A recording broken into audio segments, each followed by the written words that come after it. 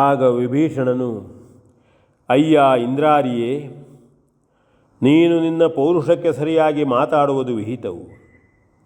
ನನ್ನನ್ನು ಕೊಲ್ಲಲೆಳೆಸುವ ನೀನು ನಿನ್ನ ಸ್ಥಿತಿಯನ್ನು ವಿಚಾರ ಮಾಡು. ವಿದ್ಯೆ ಇದೆ, ಬುದ್ಧಿ ಇದೆ, ಶಕ್ತಿ ಇದೆ, ಸಂಪತ್ತಿದೆ. ಆ ಸಮ್ಯಕ್ಭೂತವಾದ ಅಹಂಕಾರವು ಮಿತಿಮೀರಿಯೇ ಇದೆ. ನನ್ನನ್ನು ಯಾರು ರಕ್ಷಿಸುತ್ತಾರೆಂಬುದನ್ನು ಪರೀಕ್ಷಿಸಿಯೇ ತಿಳಿದ ಮೇಲೆ ಮತ್ತೊಮ್ಮೆ ನಾನು ಆಡಬೇಕಾಗಿರುವುದಿಲ್ಲ. ನನ್ನನ್ನು ಹೇಳಿ ಎಂದೇ ಅಲ್ಲ, ನಿನ್ನ ಶಕ್ತಿಯಾಯುಧವನ್ನು ನೀನು ತೂಗುತ್ತಿದ್ದರೂ ನಾನು ಭಯಪಡದೆ ನಿಂತಲ್ಲಿಯೇ ನಿಂತಿದ್ದೆನು. ನಾನು ಆಚರಿಸುವುದು ಧರ್ಮವೇ ಆದರೆ ಅದೇ ಧರ್ಮವು ನನ್ನನ್ನು ರಕ್ಷಿಸುತ್ತದೆಂಬ ಆತ್ಮವಿಶ್ವಾಸದಿಂದಲೇ ಧೈರ್ಯಸ್ಥನಾಗಿ ನಿಂತುಕೊಂಡೆನು. ಪರಿಣಾಮ ಏನಾಯಿತು? ನೀನೇ ಮನೆಗಂಡೆ. ದುರಾಶಾ ಪೀಡಿತನಾದರೆ ಎಲ್ಲವನ್ನೂ ಬಿಟ್ಟು ವನವಾಸಿಯಾದ ಶ್ರೀರಾಮನ ಆಶ್ರಯವನ್ನು ಸೇರಬಯಸುತ್ತೇನೆಯೇ? ತ್ಯಾಗ ಮೂರ್ತಿಯಾದ ಆ ಸ್ವಾಮಿಯನ್ನು ಹೊಂದಿಯೂ ಅವನ ಉತ್ತಮಾಶ್ರಯವನ್ನು ಪಡೆದು ಇನ್ನಾವುದರ ಕುರಿತಾಗಿ ನಾನು ಆಸೆಪಡಬೇಕಾಗಿದೆ? ಯಾವುದೇ ತುಚ್ಛವಾದ ಕಾಮನೆಯಿಂದ ನಾನು ಅವನನ್ನು ಸೇರಿದ್ದರೆ ಅವನು ನನಗೆ ಆಶ್ರಯ ಕೊಡುತ್ತಿದ್ದನೆ. ದೇಶದ್ರೋಹಿ ಎಂದು ನಿಂದಿಸಿದೆಯಲ್ಲ ಮಗನೇ, ನಾನು ದೇಶಕ್ಕೆ ಯಾವ ದ್ರೋಹವನ್ನು ಬಗೆದೆನು? ಶ್ರೀರಾಮನನ್ನು ಸೇರಿ ಅವನ ಆಜ್ಞೆಯಂತೆ ನಡೆಯುವುದು ದ್ರೋಹವೇ? ಯಾರ್ಯಾರ ಹೆಂಡತಿಯನ್ನು ಕದ್ದು ತಂದು ತನ್ನ ದೇಶವನ್ನೇ ಸಂಕಟಕ್ಕೀಡು ಮಾಡುವುದು ದ್ರೋಹವೇ? ಧರ್ಮವಿಲ್ಲದ ರಾಜ್ಯವು ಬೆಂಕಿ ಬಿದ್ದ ಮನೆಯಂತೆ ತ್ಯಾಜ್ಯವಾದುದು. ಅಧರ್ಮಿಗಳಾದ ಬಂಧುಗಳನ್ನು ವಿಷಸರ್ಪಗಳನ್ನು ಉಳಿದು ಹೋಗುವಂತೆ ಬಿಟ್ಟು ಬಿಡಬೇಕಾದುದೇ ನ್ಯಾಯವು. ಹಾಗೆಯೇ ಅಣ್ಣನನ್ನು ಅವನ ಆಳ್ವಿಕೆಯ ಲಂಕಾರಾಜ್ಯವನ್ನು ಬಿಟ್ಟು ಬಂದಿದ್ದೇನೆ. ಧರ್ಮದ ಉದ್ಧಾರವೇ ಶ್ರೀರಾಮನ ಉದ್ದೇಶವು. ಅಂತೆಯೇ ಅವನನ್ನು ಹೊಂದಿ ಧರ್ಮವೇ ಇಲ್ಲದ ಲಂಕೆಯಲ್ಲಿ ಅದನ್ನು ಸ್ಥಾಪಿಸುವಂತೆ ಅವನ ಸೇವೆ ಮಾಡಬೇಕಾದುದು ಯುಕ್ತವು. ಧರ್ಮವು ಅದರ ಉದ್ಧಾರಕರ್ತನೂ ಅಲ್ಲದೆ ವಿದ್ರೋಹಕರಾಗಿ ಜನ್ಮ ಮಾತ್ರದಿಂದ ಬಂಧುಗಳಾದವರು ನನಗೆ ಸರ್ವತಾ ಹಿತವಂತರಲ್ಲ. ಆದುದರಿಂದ ಅಭಿಚಾರ ಮಾಡಿ ದ್ರೋಹ ಮಾಡುವ ನಿನಗೆ ಸರಿಯಾದ ಶಾಸ್ತಿ ಮಾಡಿಸಲು ನಾನೇ ಇವರನ್ನು ಕರೆದು ತಂದವನು. ಧೈರ್ಯವಾಗಿ ಅದನ್ನು ಒಪ್ಪಿಕೊಳ್ಳುವವನು ನಾನು. ನಿನ್ನಲ್ಲಿ ಪಿತೃಭಕ್ತಿ ಇದ್ದರೆ ಕುಮಾರ, ನಿನ್ನ ತಮ್ಮನಾದ ಅತಿಕಾಯನು ಹೊಯ್ದಾಡಿದಂತೆ ಯುದ್ಧ ಮಾಡಿ ನಿನ್ನ ಋಣವನ್ನು ಪರಿಹಾರ ಮಾಡಿಕೋ.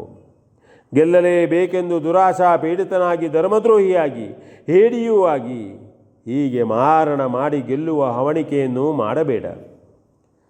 ಶಕ್ತಿ ಸಾಹಸಗಳನ್ನು ಪ್ರತ್ಯಕ್ಷವಾಗಿ ತೋರಿಸಿ ಯುದ್ಧ ಮಾಡು. ವೀರೋಚಿತವಾದ ಕರ್ಮವೇ ಶೂರರಿಗೆ ಭೂಷಣವಲ್ಲದೆ ಹೀಗೆ ಅಡಗಿ ಕುಳಿತು ಏನೆಲ್ಲ ಮಾಡುವುದು ಸರಿಯಲ್ಲ ಎಂದು ನುಡಿದನು. ಹನುಮಂತನು ತಲೆ ಮರೆಸಿಕೊಂಡು ಗುಹೆಯಲ್ಲಿ ಕುಳಿತು ಮಾರಣ ಮಾಡಿ ನಮ್ಮನ್ನು ಸೋಲಿಸ ಹೊರಟೆಯ? ಶಕ್ತಿ ಇದ್ದರೆ ಬಾ ಮುಂದೆ ಎಂದು ಮೂದಲಿಸಿದನು. ಅಂಗದನು ಹೇಳಿ ಹೇಳಿ ದ್ರೋಹಿ ದ್ರೋಹಿ ಎಂದು ಹೀಯಾಳಿಸಿದನು. ಮೇಘನಾದನಿಗೆ ಏನು ಮಾಡುವುದೆಂದೇ ತೋರಲಿಲ್ಲ. ಇಂತಹ ಮೂದಲೆಯನ್ನು ಹೀಯಾಳಿಕೆಯನ್ನು ಅವನು ಮೊದಲು ಅನುಭವಿಸಿರಲಿಲ್ಲ. ಕೋಪವು ಇಮ್ಮಡಿಸಿತು.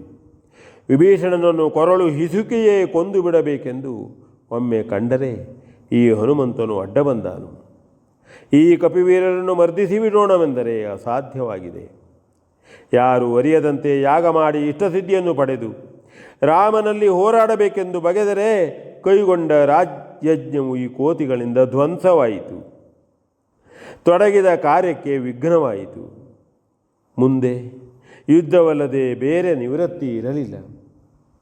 ಆದರೂ ಈ ಕೋಪವನ್ನು ತೀರಿಸಿಕೊಳ್ಳಲು ಸಾಧ್ಯವಾಗುವುದಕ್ಕೆ ಇಂದ್ರಾರಿಯು ವ್ಯಸನಪಟ್ಟನು.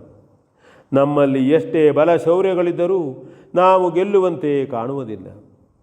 ಈ ನರವಾನರರು ಇಷ್ಟೊಂದು ವಿಕ್ರಮದಿಂದ ಹೊಯ್ದಾಡುವುದೆಂದರೆ ಇದು ನಮ್ಮ ಅವನತಿಯ ಕಾಲವಲ್ಲದೆ ಬೇರೆಯಲ್ಲ.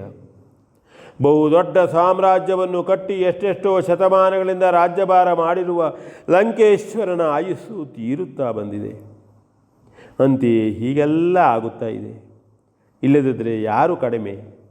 ಮುನಿದು ಒಮ್ಮೆ ಬ್ರಹ್ಮಾಂಡವನ್ನೇ ಮುರಿದು ಕೆಡಹುವ ಅದಟ್ಟುಳ್ಳ ವೀರ ರಾಕ್ಷಸರು ಎಷ್ಟು ಮಂದಿ ನಾಶವಾದರು. ಅಬ್ಬ ಕಾಲದ ಮಹಿಮೆಯೇ ಎಂದುಕೊಂಡ ಕ್ಷಣಕಾಲ ಒಬ್ಬರನ್ನೊಬ್ಬರನ್ನೇ ದಿಟ್ಟಿಸಿದನು. ಕಣ್ಣುಗಳಲ್ಲಿ ಕಿಡಿಗಳನ್ನೇ ಕಾರುತ್ತಿದ್ದರೂ ಕೈ ಮಾತ್ರ ಹಾಗೆಯೇ ಉಳಿದಿತ್ತು. ಮುಂದಾಗಲಿಲ್ಲ. ಅದನ್ನೇ ಅವಲೋಕಿಸಿದ ಲಕ್ಷ್ಮಣನು, ಎಲ ರಕ್ಕಸನೆ, ರಾವಣನ ಮಗನಾಗಿ ಏಕೆ ವ್ಯಥಾ ನಿಂದಿರುವೆ? ಕೈಯಲ್ಲಿ ಆಯುಧವಿಲ್ಲವೇ? ಅಲ್ಲ, ದೇಹದಲ್ಲಿ ಶಕ್ತಿ ಇಲ್ಲವೇ? ಸೀತಾದೇವಿಯನ್ನು ಕೊದ್ದು ತಂದ ನಿನ್ನ ತಂದೆಯು ತ್ರಿಭುವನದಲ್ಲಣನಂತೆ. ಮಾರಣ ಮಾಡಿ ಯುದ್ಧದಲ್ಲಿ ಗೆಲ್ಲುವ ನೀನು ಇನ್ನೆಷ್ಟರವನೋ? ಭುಜಬಲದಿಂದಲೇ ಕೊಬ್ಬಿ ಯಾರೂ ಇರಲಿಲ್ಲವೆಂದು ಧರ್ಮವನ್ನು ಅತಿಕ್ರಮಿಸ ಹೊರಟ ನೀಚರಿಗೆ ಉಳಿಗಾಲವಾದರೂ ಇರಬಹುದೇ? ಎಷ್ಟು ದರ್ಪವಿದೆಯೋ ನೋಡೋಣ. ಇಂದ್ರನನ್ನೇ ಕಟ್ಟಿ ಬಂಧಿಸಿದ ಮಹಾವೀರನಂತೆ ನೀನು. ಎಲ್ಲಿದೆ ಆ ಶೌರ್ಯ? ವಿಭೀಷಣನನ್ನು ಬಾಯಿಗೆ ಬಂದಂತೆ ನಿಂದಿಸಿ ಕೊಲ್ಲ ಹೊರಟರೂ ನಿನ್ನಿಂದ ಸಾಧ್ಯವಾಗಲಿಲ್ಲ. ಅವನು ನಮ್ಮ ಅಣ್ಣನಾದ ಶ್ರೀರಾಮನ ಶರಣನು. ನಿನಗೂ ಜೀವದ ಮೇಲೆ ಆಸೆ ಇದ್ದರೆ ಸೀತೆಯನ್ನು ಒಪ್ಪಿಸುವಂತೆ ನಿನ್ನ ತಂದೆಗೆ ಹೇಳು, ಶರಣಾಗತನಾಗಿ ಬಾಳು. ಅಲ್ಲ, ಹಠ ಮಾಡಿ ಸಾಯಲೇಬೇಕೆಂದಿದ್ದರೆ ಹಿಡಿ ಬಿಲ್ಲು, ಮಾಡು ಯುದ್ಧ ಎಂದು ನುಡಿದು ಪಚಾರಿಸಿದನು. V N Bhagwat, Baraballi.